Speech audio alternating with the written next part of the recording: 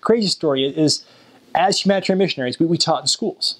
And we were actually given a lot of freedom to say, if you go by yourself, you can go without your companion.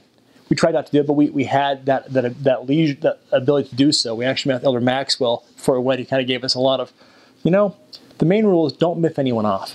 That was his apostolic advice. We met in the MTC just right here and said, I want to give you some apostolic advice. Don't miff anyone off. That's good advice, actually, when you're starting up a country. Don't do anything stupid. Well, I think it was kind of, he followed up with that, and that was the goal there. But at the same time, it was a unique experience. We were teaching in schools. We were expected to participate in school activities, which was almost always a dance. So we'd go to the school and we'd hosted a dance. I hosted a Halloween party with a piñata and a dance and a turnip carving contest. And someone bring a movie, which by chance the student brought out a rated R movie. I'm like, you can't win them all. So the things that we would do as missionaries, which were kind of funny. And I remember once I was at a scout camp where I got to go to a week-long scout camp with my companion. And we were told, help however you need to help. If you don't need to be with your companion, don't. So I remember at one point, I'm down teaching fire starting to the Mongolian scouts. And I can see way up on the mountain, my companion is in an area where I can see specks of people teaching compasses up there. And it just kind of weird experience thinking, I'm all alone here. This is, it was a co-ed scouting experience. So you're men and women around and boys and girls and my comps up there. And it was the whole day was like that. I remember once there was a store at the scout camp because it was a former Russian scout pioneer facility, big giant building out in the middle of the country. And there's a store there. So I'm walking to the store and I'm walking by myself. Here comes my companion with a bunch of Mongolian scouts. Hey, Elder. Hey, Elder. He's going to walk by. So it was a very unique experience. A lot of weird things that happened where you wouldn't happen in other missions because you're not in the teaching place and you're actually told, if you need to split up, you can split up for these kind of experiences. So we had a lot of, funny things like that where things would just go wrong. The power would just turn off, or we were actually out in the countryside for a cultural excursion. And it came time to come back, and the plane never showed up. The plane just didn't come. And it took a lot to explain to the head elder, the plane just didn't show up. Maybe it doesn't show up. It just didn't make it. The plane doesn't just not make it. No, it just didn't come today. It's coming tomorrow. That can't be right. Well, that's kind of what it is. And so things like that happen a lot, especially that time in Mongolia where things were kind of, getting off the ground. But in the end, a lot of the experiences were just the small experiences with the people. I remember many times where the 6 of us would go to someone's house for dinner and have a lot of the members would host us together. So you have 5 or 6 members there and we'd sit and we'd eat and, a very common way of Mongolian dining. And you have your hurum, which is hurum? I might be using the food. They call it milk tea, but it's just milk and hot water and salt. And it's yarum. And the bodes and the salad. You sit there and you'd eat and you talk, and the Mongolians would then sing. They're all beautiful singers. And there's just some great experience sitting there on this cold winter day and just having these Mongolians sing these traditional, slow, quiet Mongolian folk songs. And there was a lot of bonding that happened with that. Just having them sing. They asked us to sing, and we're like, what can we sing? We're singing modern rock songs, the best we knew that sounded at least American, or Home on the Range or something like that. That's what we'd sing. But a lot of good memories of Mongolians in their houses and just, sharing a lot of experiences. And they're very much that way, bring you in, make you feel at home, and, take good care of you. And we had a lot of bonding with that. We did a lot of bonding we hosted home evening every Wednesday. So we figured most people were just kids at the time. Between 12 and maybe, 12 and 22 was kind of the age range, and maybe 80% women. And so, because families weren't members, they didn't have family home evening, and we wanted more contact with the church. We moved home evening to Wednesday and had it at our apartment. So we'd have 15 people come to our apartment. We'd have a lesson. We'd play a game. We'd have refreshments, and there are so many pictures we have of all these missionaries and Mongolians piled up in front of a camera, laughing and waving, having funny hats on and making faces. And some of my favorite pictures of just all of us just having fun as friends. And that was, I think, what made my mission unique is that we were really friends with the people. It wasn't, and I was in the same city my whole mission, so it wasn't in the same ward. So my first transfer, my companion got transferred to the couch. My first move was a half-mile away, in which I moved back a floor above my former apartment and went home. That was my whole mission, 3 moves. So we knew these people really well.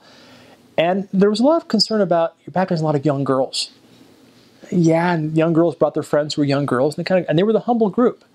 But they've grown up, and they have children, and they're raising the children in the church. And yeah, it was a kind of a priesthood light starting in the church, but it's definitely grown from there.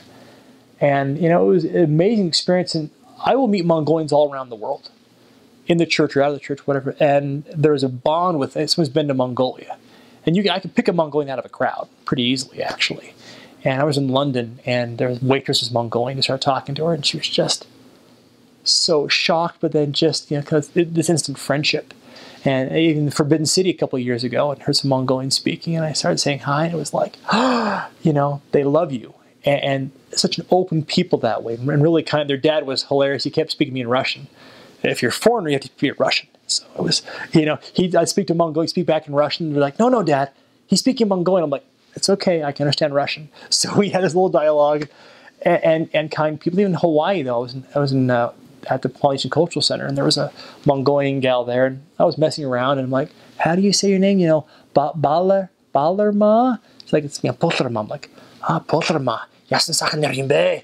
You're like, you speak Mongolian. So I started laughing. She's like, oh, Elder Hansen.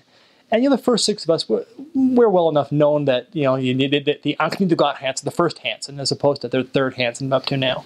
But she says, well, come to my house for dinner. We'll have the Mongolians and host you. And so I was in Hawaii on vacation, and me and my wife were taken there, and there was 15 Mongolians there, one of which was a gal I'd baptized, who I hadn't seen for a number of years. But just take you in and treat you so nice, and just an amazing group of people there. So there was definitely some fun, crazy moments in my mission, and a lot of sweet moments, but the moments weren't grand preaching to people. You didn't have to. They didn't know much about Jesus. You ask most people, who is Jesus? He lived 200 years ago in America. Was kind of your answer you'd get. They didn't know anything about him. And so teaching the gospel, more often than not, we were slowing people down and saying, wait a minute, make sure you believe this. But Christianity believes in a Moses who parted the Red Sea, a God who came to earth, who raised Lazarus, who walked on water, healed the sick, rose from the dead the 3rd day. A boy seeing an angel and translating golden plates, it's no big deal. So the church to them was, if you accept Christianity, the church was a great consistency through that. And there was a perspective that they had that a lot of Christians don't have in the world. And so in many cases we're saying, we're not your normal Christians. We're a little bit different. We expect a lot. Make sure you know what you're getting into. And some did, some didn't. But I remember once there's a friend of mine who, she was kind of a groupie, we used to call her, and a great friend now. And but she'd kind of hang around this. We could play football. She'd find us a field to play, and kind of a little fixer for us, get things done. Always wear a ball cap and kind of a tomboyish. And she'd hang out near our apartment, but wasn't allowed to come in. So we were once, we have all the missionaries and all these stairwells. And so the stairwell was okay to be in. So as I'm walking out, and they're like, what's wrong, Barasakan? And she said, well, I'm trying to understand the stuff you're teaching. It's not all coming together. So I remember sitting down, and we just on the stairs, and we talked the whole plan of salvation, who God was, why he created us, why we came here, life being a test. God not really controlling our lives, but we controlling ourselves, and God judging us by how we do this. And then that moving into an eternal family to learning what God knows, and taking that whole perspective, and seeing her light up and see, I get it. And that stuck with her ever since. And she's, a great friend and one of the strongest members I know, where just seeing that perspective and getting a chance to teach someone that perspective, and really was a religious blank slate. And then watching that carry on was an amazing experience. And Mongolians were a lot like that. They could step back and see the big picture. And we had a lot of members leave. That happens. But a lot of members that I thought were going to be gone in a heartbeat stayed.